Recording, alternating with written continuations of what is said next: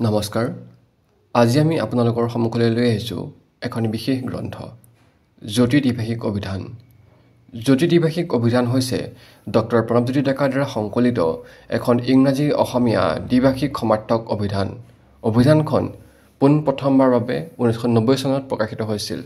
অভিধানখনত 60,000তকৈ অধিক ইংৰাজী শব্দ আৰু 1 লাখতকৈ অধিক অসমীয়া শব্দ সন্নিৱিষ্ট হৈছে। অভিধানখনৰ সংকলক ডক্টৰ প্ৰণৱজ্যোতি ডেকা অসমৰ এগৰাকী গল্পকাৰ, ঔপন্যাসিক, গৱেষক, ভূতত্ত্ববিদ আৰু অধ্যাপক। তেওঁ গুৱাহাটী বিশ্ববিদ্যালয়ৰ ভূতত্ত্ব বিভাগৰ পৰা অধ্যাপক হিচাপে অৱসৰ গ্ৰহণ কৰে। জ্যোতি দ্বিভাষিক অভিধান তেওঁৰ জীৱনৰ উল্লেখযোগ্য কৃতি।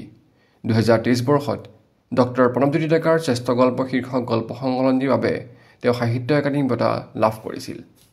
ডক্টৰ প্ৰণৱজ্যোতি ডেকাই 1969 চনত মহাবিদ্যালয়ৰ পাঠোপযোগী ভূতত্ত্ব বিজ্ঞানৰ পাঠ্যপুথিৰ প্ৰণয়ন আৰু পাঠ্যপুথি সম্পাদনাৰ কাম কৰি থাকোঁতে এখন পূৰ্ণাংগ ইংৰাজী অসমীয়া দ্বিভাষিক অভিধানৰ অভাৱ অনুভৱ কৰিছিল।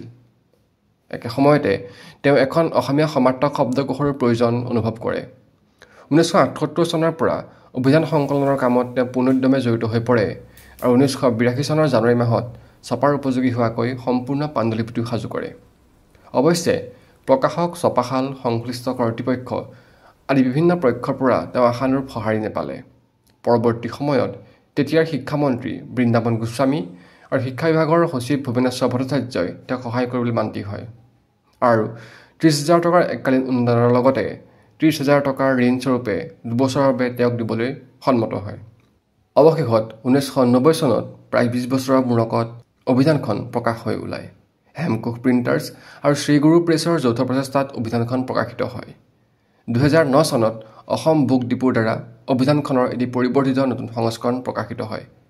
অভিধানৰ 7ম সংস্কৰণত 60,000তকৈ অধিক ইংৰাজী শব্দ আৰু 1 লাখতকৈ অধিক অসমীয়া শব্দ সন্নিৱিষ্ট হৈছে। উল্লেখযোগ্য যে অভিধানখন গুৱাহাটী উচ্চ ন্যায়ালয়ৰ দ্বাৰা অনুমোদনপ্ৰাপ্ত। অভিধানখন ন্যায়ালয়ে ন্যায়িক আৰু প্ৰশাসনিক স্তৰৰ সকলো ধৰণৰ অনুবাদৰ বাবে অনুমোদন জনাইছে। অসমৰ সাহিত্যাচাৰ্য ডক্টৰ সত্যেন্দ্ৰনাথ শৰ্মাই অভিধানখনৰ প্ৰসংগত কৈছে, অভিধানখন অসমীয়া সাহিত্যলৈ বৰ্তমান শতাব্দীৰ সৰ্ববৃহৎ একক অৱদান, কীৰ্তিস্তম্ভস্বৰূপ কাৰ্য।